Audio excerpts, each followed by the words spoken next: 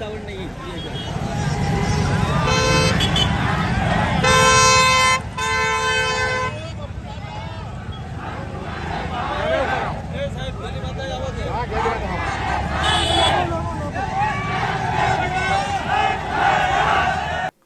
લોકસભા 2024ની ચૂંટણી અને આ ચૂંટણીમાં ગુજરાતની 26 સીટો 5 લાખ મતથી સીટ લીડથી જીતવાનો લક્ષ્યાંક સાથે ભારતીય જનતા પાર્ટીનું કેમ્પેન ચાલી રહ્યું છે ત્યારે ગુજરાતમાં ક્યાંક ને ક્યાંક નાના મોટા છમકલા પાર્ટીમાં થઈ રહ્યા છે।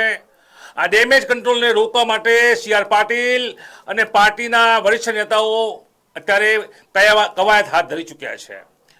જોકે સૌથી મોટા જે બે મામલા છે એ રાજકોટમાં પુરુષોત્તમ રૂપાલાનો જે મુદ્દો છે ક્ષત્રિય સમાજ વિરુદ્ધમાં ક્યાંક તેઓનું નિવેદન આવ્યું છે તે મતલબની વાત છે ને જેમાં ક્ષત્રિય સમાજનો વિરોધ અને તે બાદનો સૌથી મોટો મુદ્દો જે છેલ્લા 5 દિવસથી સમગ્ર ગુજરાતમાં લાઇમલાઇટમાં રહ્યો છે તે છે જે સાબરકાંઠાનો મુદ્દો।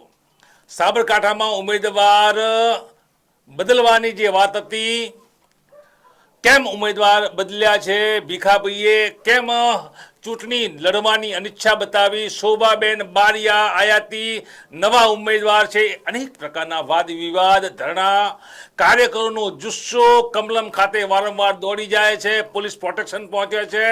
ક્યાંક રમણભાઈ બારોટ છે તેઓ જે સૂચના આપે છે તે સૂચના પણ વાયરલ થાય છે। રમણભાઈ બારોટે એમને ધમકાવ્યા અથવા અપશબ્દો બોલ્યા, આ પ્રકારનો આખો વિવાદ સાબરકાંઠા, હિંમતનગર, મોડાસા, અરવલ્લી પંથકને ગમરોળી રહ્યો છે અને હવે આ વિવાદને ભારતીય જનતા પાર્ટી હાઈકમાન્ડે ખૂબ જ ગંભીરતાથી લીધો છે।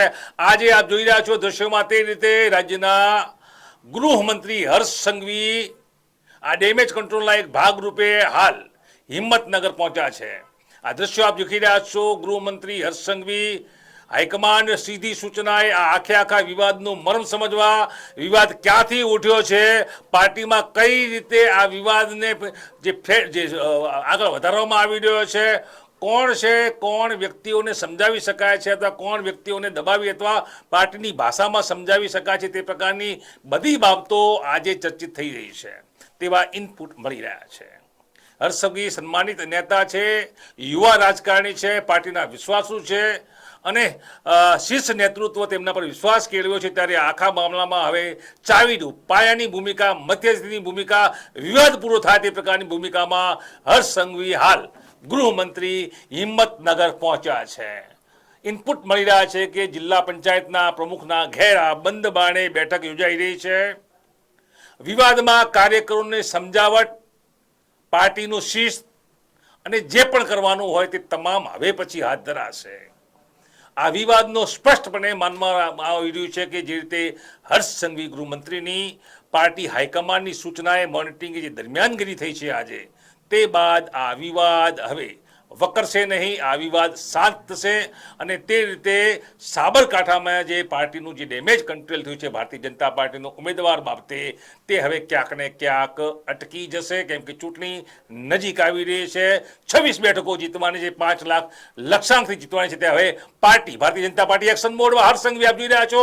ટુડે ગુજરાતી ન્યૂઝમાં એક્સક્લુઝિવ એવા દ્રશ્યો હિંમતનગર પહોંચ્યા છે, જિલ્લા પંચાયતના ગેરબંધ બારણે બેઠક, વિવાદ સાબરકાંઠામાં જે કાર્યકરો વિવાદ કરી રહ્યા છે, કોણ કાર્યકરો છે, કોણ દોરી સંચાર કરી રહ્યો છે, કેવી રીતે અટકાવી શકાય અથવા કેવી રીતે આ વાતને દબાવી શકાય, તમામ બાબતોનું આજે મોનિટરિંગ થશે। હર્ષ સંઘવી યુવા નેતા, પાર્ટીના વિશ્વાસુ પહોંચ્યા છે હિંમતનગર અને સ્પષ્ટપણે રાજકીય વિશ્લેષકો જે રીતે માની રહ્યા છે તે હવે આ વિવાદ શાંત થઈ જશે।